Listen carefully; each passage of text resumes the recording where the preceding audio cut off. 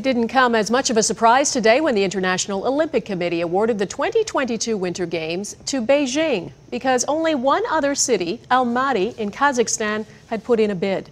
4 European cities had put their names forward to host the Games, but each one of them eventually abandoned their plans. And that says a lot about how democratic countries feel about hosting the Olympics. For Beijing, though, neither cost nor technical challenges of the Games seem to be an issue, as Reid Feist reports. Beijing. One city and now 2 games in 2 different seasons. After hosting the Summer Olympics in 2008, Beijing will now welcome winter athletes in 2022. The plan is to reuse many of its venues, like its Bird's Nest Stadium. One thing it may lack is snow. This is what its ski, sliding, and jumping venues look like in January. The pictures taken close to the same time the Games would be held. It's going to be a problem, trying to get all of the snow and trying to get the proper mountains, etc. I don't think anybody's really happy with this except maybe the IOC, which has gotten another big payday, and, of course, the Chinese.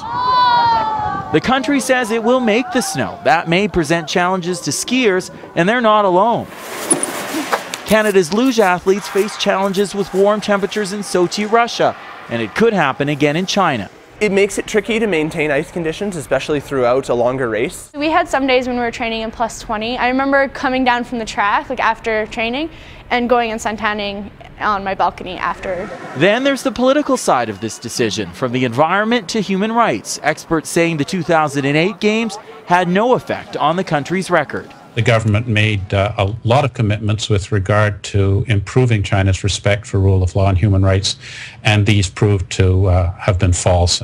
But the rising cost of hosting the Games has many saying there's good reason for the IOC to award the Olympics to cities who have hosted them in the past, like Calgary. Oh, that makes total sense. I'd love to see Calgary bid again, or Vancouver, or Salt Lake.